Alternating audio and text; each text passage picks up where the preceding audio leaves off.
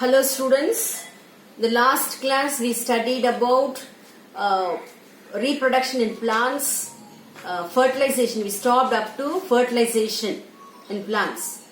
During fertilization, the type of fertilization in plants is double fertilization and it is also referred as triple fusion. Double fertilization means the male gamete, one of the male gamete that it fuses with the egg to form zygote, and the second male gamete that it fuses with the diploid secondary nucleus to form triple fusion. So during triple fusion, there are 3 number of chromosome of the endosperm is formed. So there are 2 products which are formed during fertilization. One is the formation of the zygote and the other is the 3 number of diploid, that is the endosperm it is formed. Primary endosperm is formed during fertilization. That is the product of fertilization. And after fertilization, post fertilization changes also we studied about. The table we referred. And next is the different types of endosperm, the functions of the endosperm. In this class we are going to study about. What is an endosperm? Endosperm, it is a nutritive tissue which is formed after the triple fusion. That is the male gamete that it fuses with the polar nuclei, diploid polar nuclei to form the endosperm. So it is a nutritive tissue. This endosperm which is formed the zygote, it develops after the endosperm formation. Next is the 3 types of endosperm and then the functions of the endosperm we are going to study about.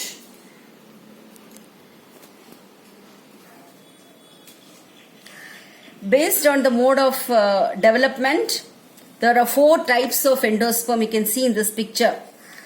The 4 types of endosperm. First is nuclear endosperm. You can see the embryo sac at the micropylar end and the chalazial end. The endosperm nucleus, primary endosperm nucleus, it undergoes free nuclear division to form many nuclei of form. This is nuclear endosperm. The next type is the cellular endosperm. In this type you can see the micropylar end and the chalazial end. The nuclear formation is taking place after so many division, free nuclei form, and the nucleus are covered by the cell wall. So cell formation that it takes place. This is cellular endosperm. And the next type of endosperm is called as a halobial endosperm. In the halobial endosperm, at the micropylar end, there is a larger nuclei. It is a cell is formed, a chamber is formed. This you can see at the micropylar end of the embryo sac. At the chalazial end, there is a small chamber is formed. So the primary endosperm nucleus, it undergoes division to form many nuclei at the micropylar end. At the chalazial end, formation of cells. This is called as a halobial endosperm. And next is the ruminate endosperm. In this ruminate endosperm, the primary endosperm with the irregularity you can see and unevenness on its surface to form the ruminate endosperm. So this type of endosperm, it is seen in the plant called as Passiflora and the Mystica. So these 2 plants exhibit the ruminate endosperm. And we can classify the type of seeds as the endospermous seeds and non-endospermous seeds. Endosperm seeds which contains the endosperm, or they are otherwise called as the albuminous seeds, which contains rich in endosperm. Example, paddy and castor, coconut you can give example. Non-endospermous seed, the endosperm is consumed by the embryo or scanty endosperm is seen. Such seeds are called as the non-endospermic seeds. Example, pea, groundnut, beans, you can give the example. Next is the aileron tissue is about aileron tissue, nothing but some specialized cells, they form few layers around the endosperm. Not in all the seeds, it is seen only in the case of barley and maize. These seeds, they have got, barley and maize has got specialized cells are present. These at the time of cell germination, the seed germination, they contain the hydrolytic enzymes called as the amylase and the proteases. They are present, which digest the reserve food materials present in the endosperm cells. This tissue is called as a aileron tissue, and which contains spirosomes. Next, about the functions of, what are the functions of the endosperm? Endosperm is nutritive in function, and also in most of the angiosperm plants, the development of the zygote that it takes place after endosperm is formed, and also endosperm that it regulates the embryonic development in the case of the plants. So these are the three functions of the endosperm. Next, we are going to study about the development of the dicot embryo. You can see this picture. This is about the development of dicot embryo.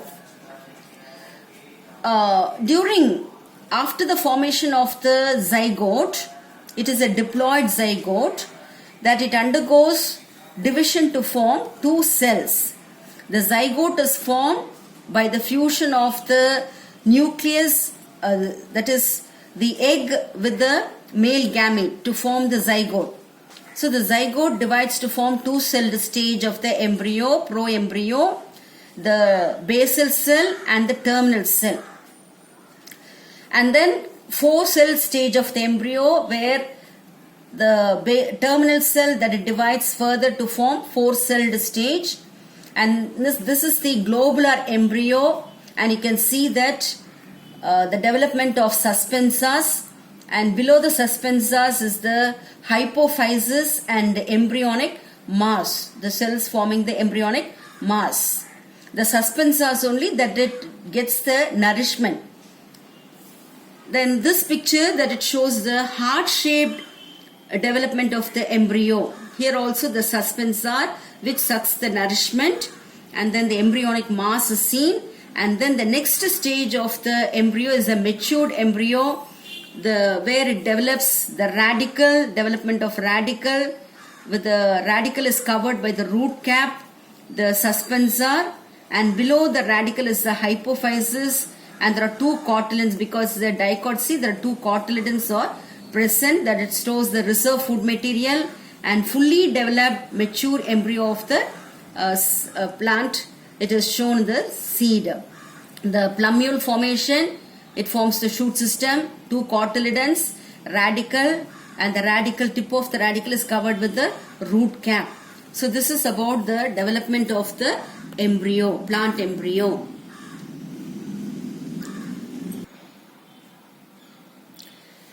Students, you can see this picture of the dicot seed, Cicer auretinum.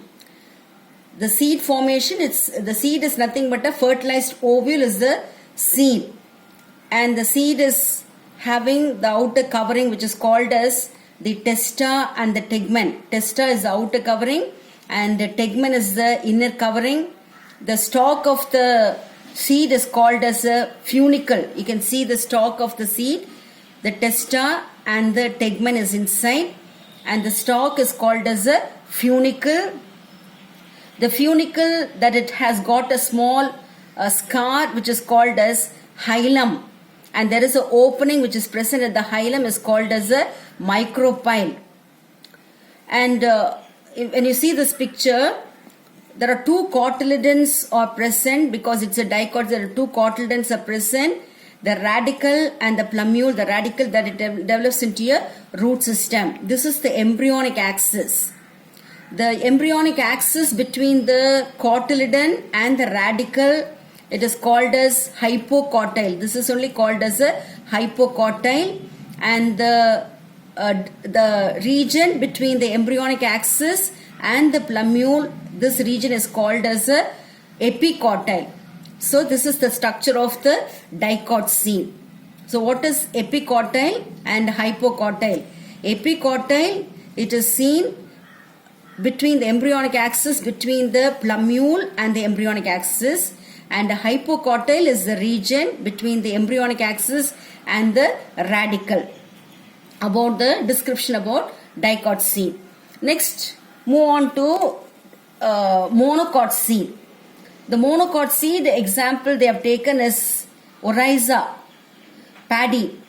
So it is a one-seeded seed. That one-seeded seed is called as a caryopsis, and it is covered by the husk, and also that is covered. It is having the endosperm and the scutellum. The embryo is called as a scutellum.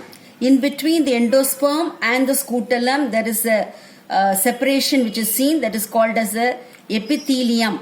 This is the layer called as epithelium, and you can see the radicle and the root cap. Coleorrhiza. Coleorrhiza, it is a protective sheath covering over the radicle is called as a coleorrhiza. Coleoptile is the protective sheath which is covering the plumule is called as a coleoptile. So this is the structure of the fruit caryopsis.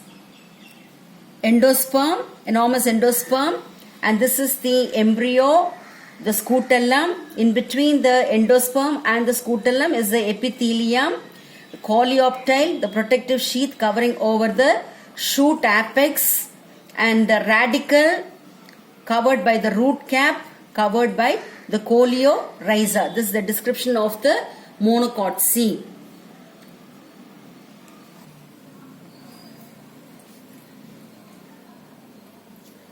Students, now we are going to study about amphimixis, apomixis. Amphimixis is the union of the male and the female gamete. Reproduction involving fertilization is called as a amphimixis. Mixing up of the male and the female nucleus is called as a amphimixis. But apomixis is reproduction involving fertilization in flowering plants, which does not involve the union of the male and the female nucleus. So reproduction without the union of the male and the female nucleus is called as apomixis. In this apomixis, there are two types. One is called as a recurrent apomixis. The other one is called as a non-recurrent apomixis. Recurrent apomixis, you can give the example as vegetative reproduction, and non-recurrent apomixis where the development of the embryo without fertilization, that is called as a non-recurrent apomixis. Next is polyembryony. Polyembryony, from the name itself we can understand formation of more than one embryo is called as a polyembryony. Many embryos are formed within the seed, that is called as a polyembryony, which is reported in certain oranges by Anton von Leeuwenhoek. Discovered by Anton von Leeuwenhoek.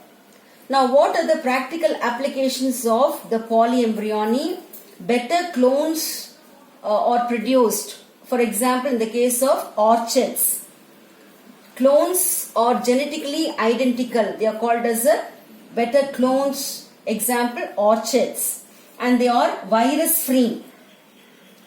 So these are the two applications for polyembryony.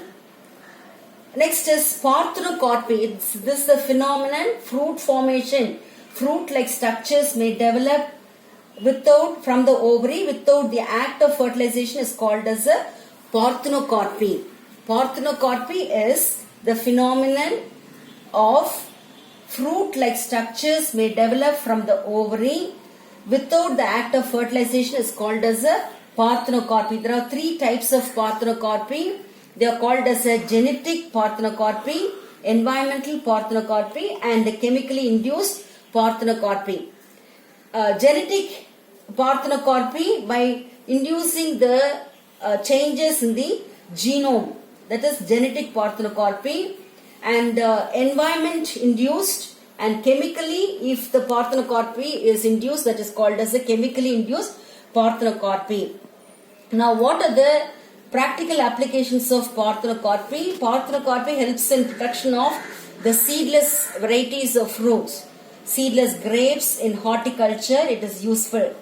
Horticulture, it is a branch of science producing the vegetable, fruits and ornamental plants is horticulture. And the next is commercially, it has got more commercial importance because the fruits are produced without seeds. Seedless varieties of fruits, commercial importance it has got. And next is preparation of, for the preparation of the jam, jellies and sauces, fruit drinks which can be produced. High proportion of edible portion which is available due to the absence of seeds. So all these are the significances of parthenocarpy.